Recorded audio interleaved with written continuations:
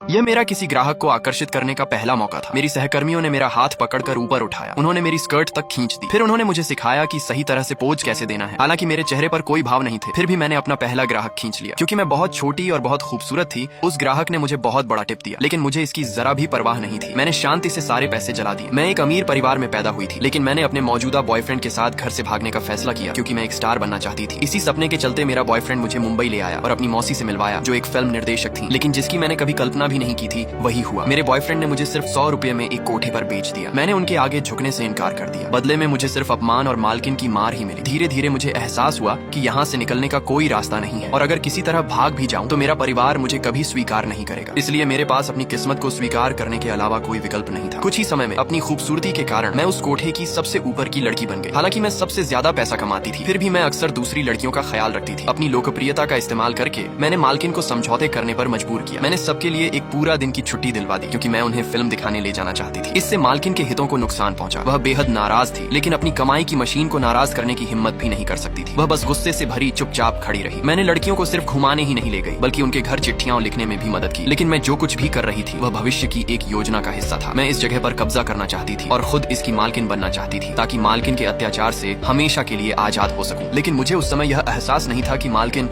मन ही मन रंजिश पाल चुकी थी। दिन में हुए नुकसान की भरपाई करने के लिए उसने मुझे आधी रात को जगा दिया और एक बेहद विकृत ग्राहक की सेवा करने के लिए मजबूर किया। मेरे पास मानने के अलावा कोई रास्ता नहीं था। मुझे उस ग्राहक के बारे में कुछ भी पता नहीं था। मैं बिल्कुल बिना तैयारी के कमरे में चली गई, लेकिन जिसकी मुझे उम्मीद नहीं थी वह यह कि उस आदमी ने बंदूक निकाल ली। कुछ ही देर बाद कमरे से चीखें आने लगी। बाहर खड़ी मालकिन ने मेरी मदद की पुकार सुनी, लेकिन दोगुने पैसे के बदले उसने अनदेखा करना चुन लिया। यह मेरी हिम्मत तोड़ने का उसके लिए एक बेहतरीन मौका भी था। जब मैं पूरी तरह चुप हो गई, तब जाकर मालकिन को कुछ गड़बड़ लगने लगी। उसने तुरंत दूसरों के साथ कमरे में धावा बोला। किस्मत से मेरी जान तो बच गई, लेकिन बदकिस्मती से मेरा चेहरा पूरी तरह बिगड़ चुका था। मेरे पूरे शरीर में कई फ्रैक्चर थे और 100 से ज्यादा टांके लगे थे। लड़कियों ने मुझे पुलिस बुलाने के लिए कहा, लेकिन मालकिन ने मना कर दिया, क्योंकि पुलिस बुलाने का मतलब था ज्यादा प्रोटेक्शन फीस देना। उस पल मुझे सच में समझ आ गया, अगर मुझे बदला लेना है तो मुझे सिर्फ और सिर्फ खुद पर ही भरोसा करना होगा।